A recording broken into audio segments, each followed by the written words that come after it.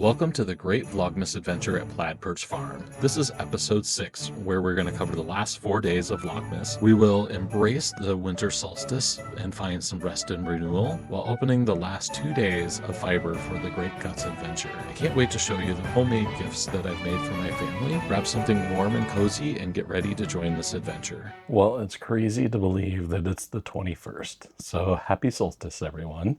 And it is a fiber day. So let's open day 11.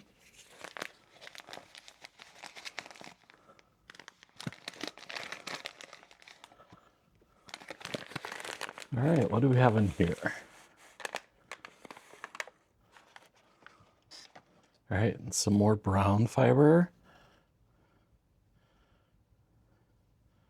And a really soft add-in.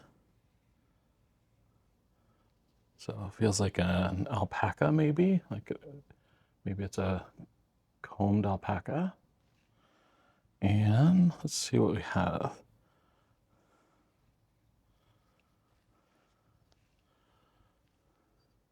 Oh, that is a pretty, look at that. Really beautifully tight crimp. Nice tapered lock. It's really soft. And I love this brown. It's just a really beautiful color. Ooh, that's squishy. Let's see what we have today.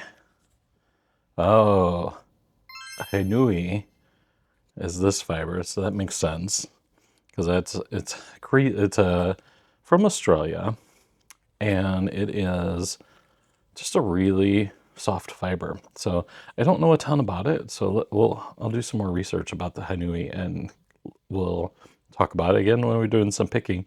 But this one is, I was thinking alpaca, alpaca, but it's actually llama, and I really love llama.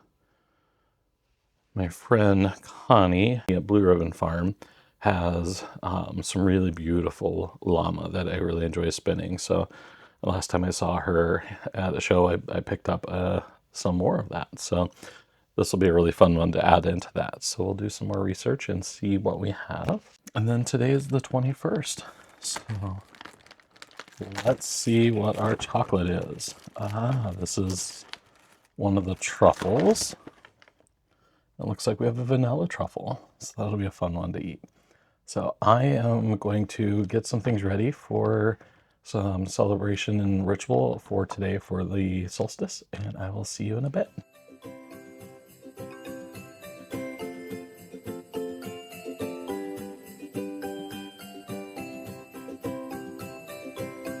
Well, happy solstice. It is about a half hour, no, it's probably about an hour before the sun sets on the winter solstice. And I decided to take a little bit of a walk through the pasture and just observe. And one of my intentions is to get a little closer to nature, just be in nature and see where it moves me, see how it feels. I'm in nature so much throughout my day that you can hear the cows there, that it's nice to take a break and really absorb what nature has to offer, because so much of my work on the farm is working with nature and being in nature. And sometimes it's good just to take a break and reflect. I'm out here gathering some items to put into my 13 wishes altar, and just finding things that have fallen to the earth and things that have given themselves to the land, and using them to kind of build my reflection and my intentions for the next year. I'm sitting next to one of the hedge trees that we have here, and the hedge tree, or the Osage orange, produces the hedge apples. And I've never seen anything eat the hedge apples. And so now I'm curious, because I've discovered a number of hedge apples that have been broken open. So it seems like somebody's been foraging through them. So I'm going to have to do some research and see who is it that is interested in the hedge apples and I know they've been used to ward off pests in homes, kind of have some history and stories behind that. But that's about all I know. And I know I use the Osage orange in the natural dyeing that I do, and so it's just neat to see that plant in the full seasons and what it gives to the earth and what it shares with us.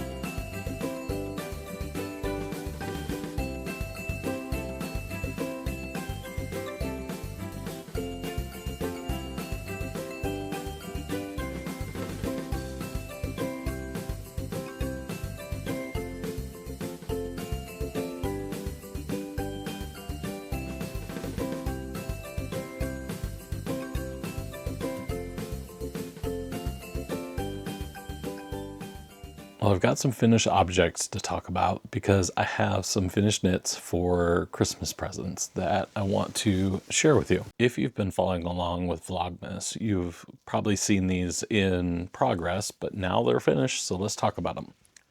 So this is the Sibling Sweater, and it is by Laura Penrose. So this is knit out of stash from a bunch of superwash scraps that I had in my stash from other sweaters. And so this is for my middle son. He's the one that really enjoys wearing the sweaters I make him.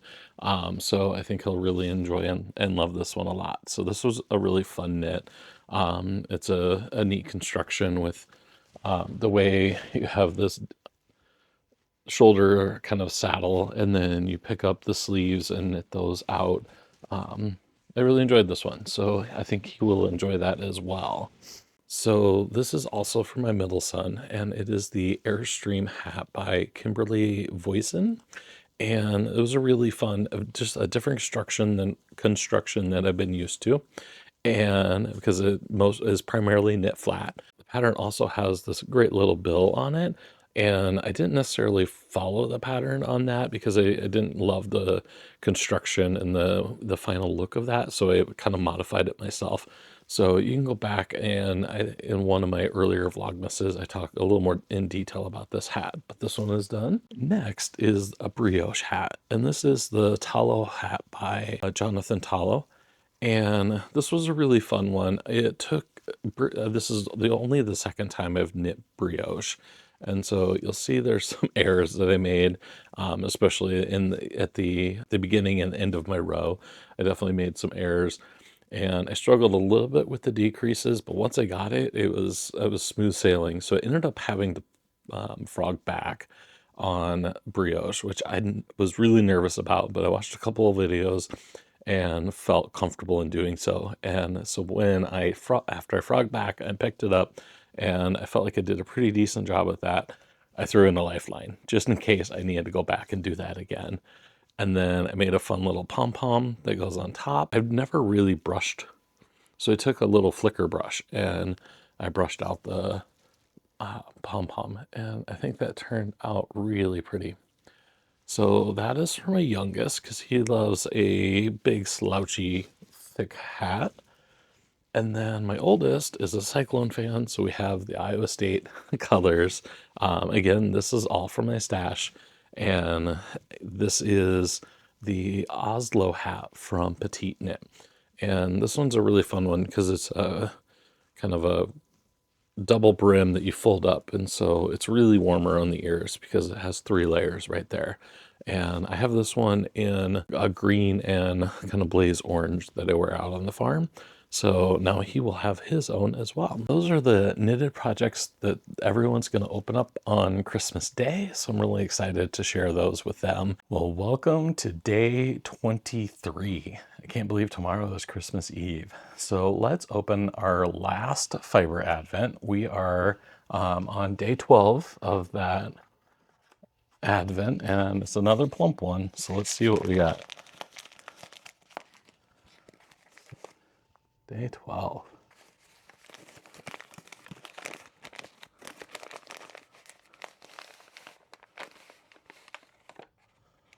All right. Let's hide the tag, and okay, I'm gonna guess that this is Sari silk. I haven't really used a lot of Sari silk, but I am gonna guess that it is really beautiful. Beautiful orange again, with some really interesting pops of green and purple and blue, just a really neat variety. So we'll see what that is. But let's look at this really beautiful fiber. It's kind of a beautiful, almost a black. And let's pull a lock out. Feels very, very bouncy. I'd say lock structure wise, we're, oh my gosh, look at all, I don't know if you can see all that halo on there. Like, it just, a lot of crimp to that one. Like, just watch how much, look at how much bounce that has. So this one doesn't feel as fine as some of the others. It feels just a little bit coarser, but definitely not a coarse wool, just not as fine. Again, looks like we have some curly tips.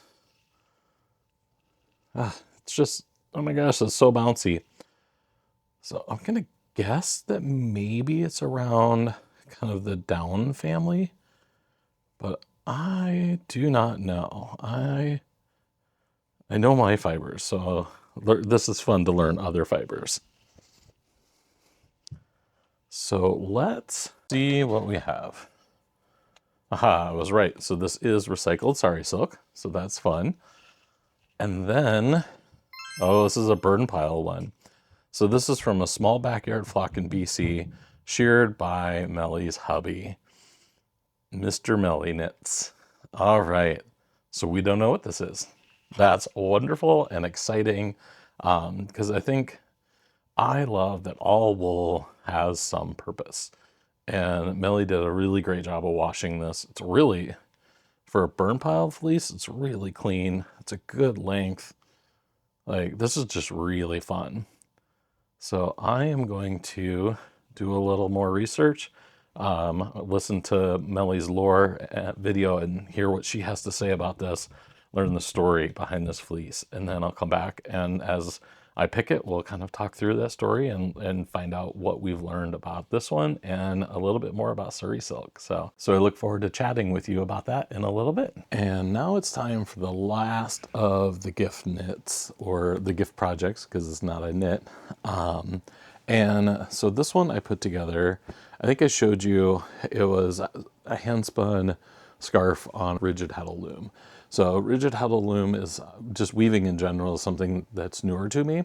So it was really fun to combine hand spun and weaving into one project, and I was able to create this really beautiful scarf.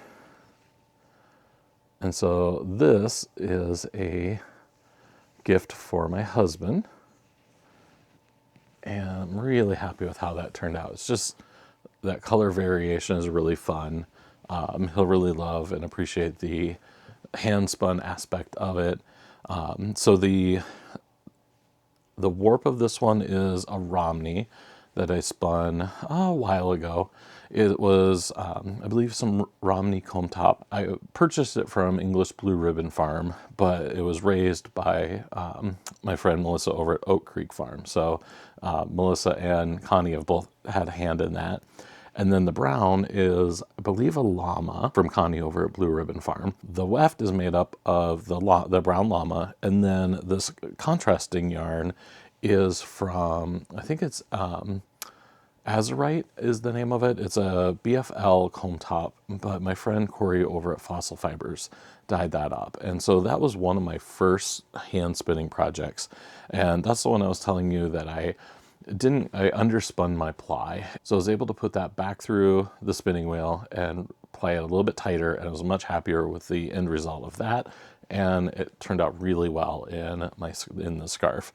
So I did a basic weave, and then there's times where I popped in this clasped weft. And so that's what's creating these fun little triangles in the weave. And I was a little worried on how that might look, because those are essentially, because the method, it's a double strand in each weave. And so you can see a little bit of difference there, but I like that texture difference. I think it's fun. And this is a technique that Andrea Alexander over, she has a YouTube channel I'll link. She does a lot of really amazing weaving. We followed her through her studies over in Scotland. My boys really enjoyed watching her videos, vlogging about that experience and her experience going through design school. And so it was really fun to be able to take this technique that I learned about and learned from her through her tutorial video and incorporate that into here. So just a lot of love, a lot of fun into this scarf. So I was really happy with how that one turned out. In classic style, it was one that I finished on Christmas Eve. So tonight I've just wrapped that one up. So I'm ready to actually wrap it up. But I struggled a little bit with how I wanted to finish it. So I did a little hem stitch, and I wanted to add in the brown tassels. So I wanted the tasseling to be a little bit thicker, and I wanted a little variation in that color, even though the warp doesn't have that brown. And I just like the way that kind of tied into these triangles as well.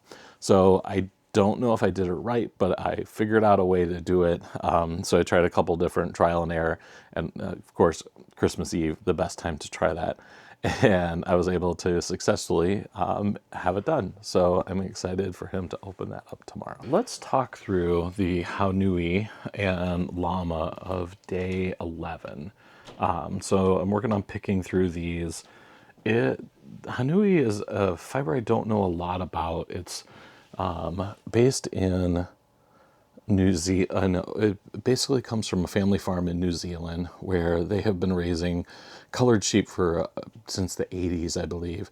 And so they've basically kind of developed this breed or type of sheep that really has this beautiful coloring and really soft. So it's a nice it's a good length staple. It's a nice crimp, really bouncy. Reminds me a lot of CVM. So it wouldn't surprise me if there was some sort of CVM kind of background in that breeding program. I don't know anything about it. I don't know how much is actually out there in the world about this particular type of wool has come to be. But it's really soft. It's really fun. My friend Tyler sells Haunui comb top. And so I have spun a little bit of it in the past. And so this will be fun to be able to process straight from washed fleece. But you can see that is a good 4.5 inch staple. Really beautiful wavy, or really tight wavy crimp. Really beautiful color. This brown is really amazing. And so I'm really excited to see how this one works together. I think this will be one of those easy days, as Melly talks about, because it's just a nice, easy working fine fiber. And then we'll mix that in with the Llama. So this is some Llama comb top, and it is just soft and silky. Llama has a nice long staple. So, and this color is just really pretty together. Those colors together are really pretty. So I think this will make a really beautiful mix. So I'm excited to work through the Haunui and get that onto the carder. All right, so let's talk about day 12, the final day of the Great Guts Adventure. And this was a delightful surprise. I just love all the thought and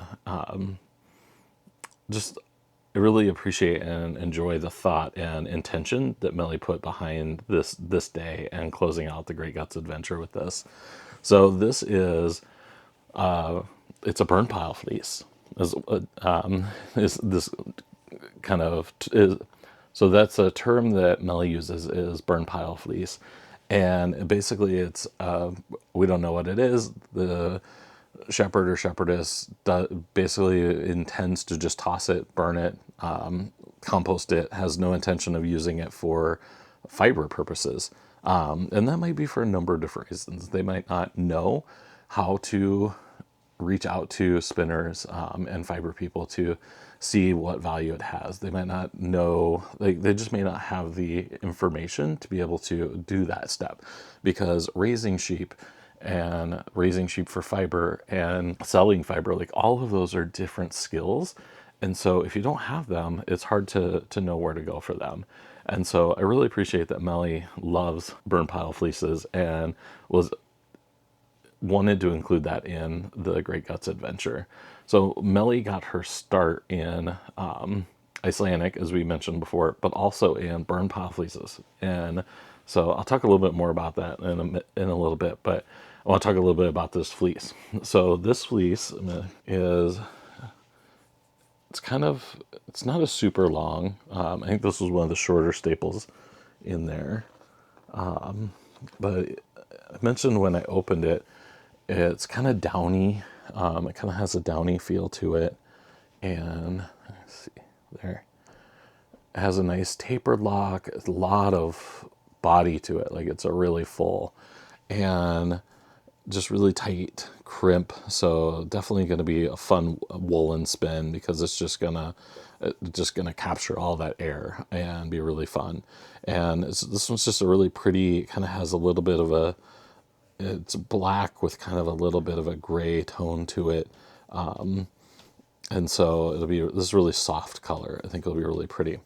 So yeah, so not a lot to know about this one. Her husband, Melly's husband, Aaron, sheared this fleece. And so it's great. He can see these fleeces as he's shearing them and talk to the ones that raise these sheep and kind of help them understand more about their wool and what they have, and talk to them about that value, and then maybe in turn purchase it and use it, and so Melly can incorporate it into these different kits. So this one, she has a blend with this Sari silk, and Sari silk is a new blend for me. It's not one I haven't used before. And so it's made out of recycled saris. So it's really, really cool. Just look at all those colors you can see in there. Just really beautiful emerald green and purples and pinks and this really amazing orange, which matches the Tussa Silk Day. So just really neat, that full color story coming together. And Melly was talking about how it can be really interesting carding these because they really stick into your carder. And so this will be a new learning experience for me. So I will probably save this one for I'll probably do this one after the possum. And so then after those two, I can do a real deep clean on my drum carder and remove both of these. So we'll see how that goes. So I'm excited for that. But I wanted to talk a little bit about what Melly, kind of the meaning that Melly has behind this Burnpile fleece.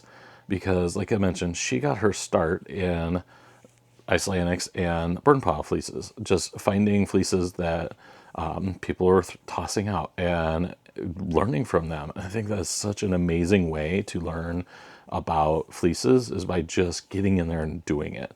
And so they may not be the best fleeces, but they will turn out, they're going to teach you things. You're going to learn things about scurf. You're going to learn things about dandruff. You're going to learn things about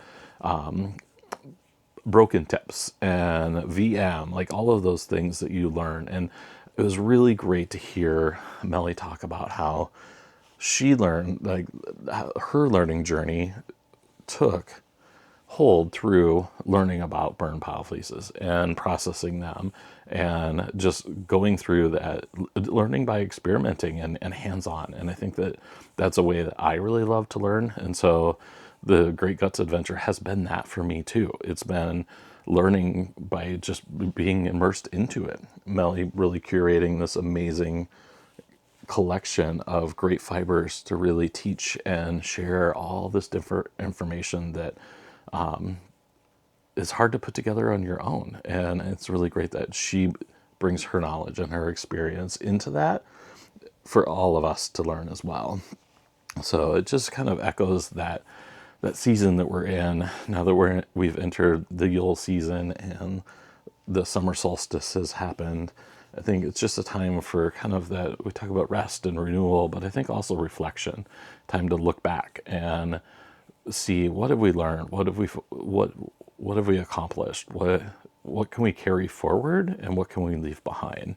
And so what a great way to end the Great Guts Adventure with something that really just ties in personally for me into the season and where we are, and the just looking back and really appreciating all that we've learned, all that we have, and like I said, letting go of those things that don't fit and aren't right for us right now. This has been an amazing adventure, going through and learning about all these different fleeces, learning about vlogging. This has been my first attempt into doing some sort of regular vlogging, so I've definitely learned a lot through this process and enjoyed many aspects of it. It is taxing. It is a lot of involvement in editing, capturing the video, uploading things, putting all the pieces together. So it definitely has been a journey in itself doing the vlogging, and I'm excited to see what's next. I still have all these fibers. As you can see by the pretty empty advent board up there, that I have not gotten to card many of them after about day 5. And so I definitely have some work to do. So this is not the last you'll see of the Great Guts Adventure. I want to continue to document this and put it together in a way that I can share out with the rest of you, and you guys can experience what I've experienced through not only opening these fibers, but now carding them and then spinning them, and maybe even how I use them. I don't know what that looks like, so we'll see what happens in the end with that. But I really appreciate that you've joined me for the Great Vlogmas Adventure at Plaid Perch Farm, and I hope you'll stick around the channel and continue to watch the things that I put out there. I'm going to talk a lot about farming. I'm going to talk a lot about fiber, a lot about the projects that are happening here, and I hope you are interested and enjoy that journey along with me. So thanks for enjoying Vlogmas. Thank you for joining me for the Vlogmas. I hope you've enjoyed the farm and the fiber, and I can't wait to see you in 4 more days.